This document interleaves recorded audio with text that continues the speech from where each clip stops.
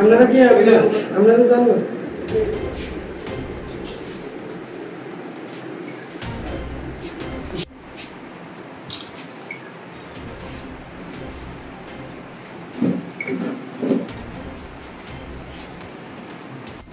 দুপুর 12টার সময় সিপিএম থেকে তারা 5 জন আসছিল পঞ্চায়েতে তারা ডেপুটেশন দেওয়ার জন্য, কিন্তু ডেপুটেশন দিতে গেলে তো আমি জানি যে 48 ঘন্টা আগে তারা পারমিশন দিতে পারে, কিন্তু কোনো পারমিশন তারা লইছে না।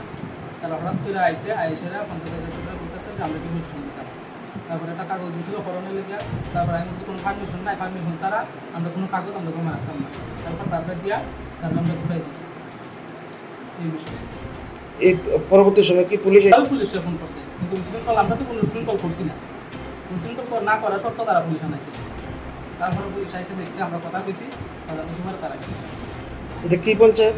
এটা বাগান গ্রাম পঞ্চায়েত। গতকাল সিপিএম দলের থেকে 3 জন প্রতিনিধি দল আমার সঙ্গে দেখা করে প্রায় 12টার সময়। আমার পর যে আমরা আছি ডেপুটেশনের জন্য, আমি বলছি ডেপুটেশন তো পারমিশন আমি আসি না। তারপরে তারা দিকে চলে গেছে, ডেপুটেশনের কোনো আমরা কাগজপত্র গ্রহণ করছি না। আর পরে শুনছি যে তারা বলে মিডিয়ার চ্যানেলে কয়েকটি চ্যানেলে দিয়েছে। আসলে আমরা এটা আমি গ্রহণ করছি। সবাইকে নমস্কার। মানে ডেপুটেশন এখানে হয়নি আপনি বলছেন? না, আমাদের বাগান গ্রাম পঞ্চায়েতে ডেপুটেশন হয়নি। আপনাদের কি অনুমতি ছিল না ওদের? না, অনুমতি ছিল না। আপনার পরিচয়টা? জিতেন্দ্র মেঘার panchayat secretary, deputation panchayat secretary. একটা ছবিতে দেখা গেছে যে দেওয়া হচ্ছে ডেপুটেশনের কপি, এই বিষয়টা মানে একটা কপি দেওয়া হচ্ছে, এটা কি?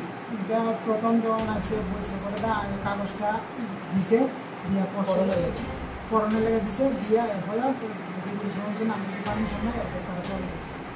মানে আপনাদের অনুমতি ছাড়া ছবি তোলা হয়েছে? হ্যাঁ, অনুমতি নিয়েছে।